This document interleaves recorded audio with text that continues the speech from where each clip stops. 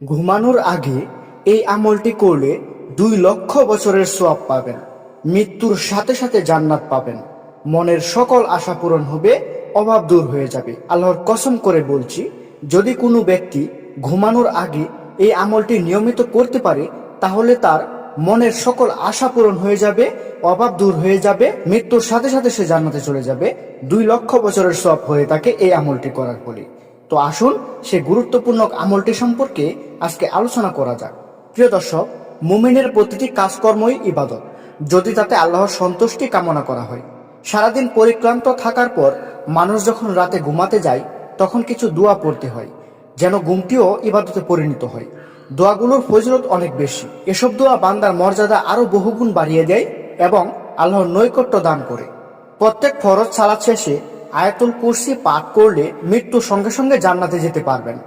সহিহ নাসাই সিলসিলা আল সহিহা হাদিসে 972 নম্বর আয়াতে এই কথাটি বর্ণিত রয়েছে যে কোনো ব্যক্তি যদি প্রত্যেক ফরজ সালাত শেষে আয়াতুল কুরসি পাঠ করে, তাহলে সে মৃত্যুর সাথে সাথে জান্নাতে চলে যাবে। তারপর হাদিসে আরো রয়েছে, একবার হযরত আনাস রাদিয়াল্লাহু আনহু রাসূল সাল্লাল্লাহু আলাইহি সাল্লামের সঙ্গে বসা ছিলেন।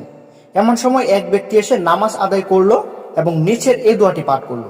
দোয়াটি হচ্ছে, আল্লাহুম্মা ইন্নী আসহালুকা বিআন্না লাক হামদু লা ইলাহা ইল্লা আনতাল মান্নান বাদিউস সামিওয়াতি ওয়াল আরদ ইয়া জাল জালালি ওয়াল ইকরাম ইয়া হাইয়ুল কাইয়ুম।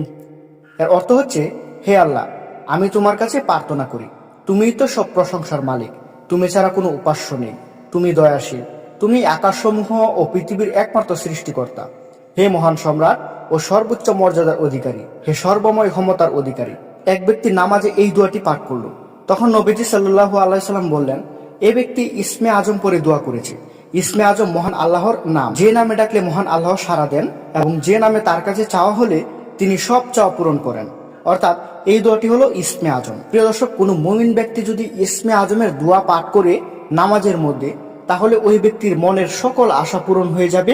আল্লাহ তাআলার কাছে যা চাইবে সে তাই পাবে। সে যদি অভাবে থাকে, তাহলে সে যদি আল্লাহ তাআলার কাছে বলে, তাহলে তার অভাব দূর হয়ে যাবে, টাকা পয়সা আসতেই থাকবে, মনের সকল আশা পূরণ হয়ে যাবে। দোয়াটি পাঠ করলে মহান আল্লাহ মুমিন বান্দার মনের সব ইচ্ছা পূরণ করবেন এবং ফরজ নামাজ শেষে আয়াতুল কুরসি পাঠ করলে মৃত্যুর সাথে সাথে জান্নাতে যেতে পারবেন।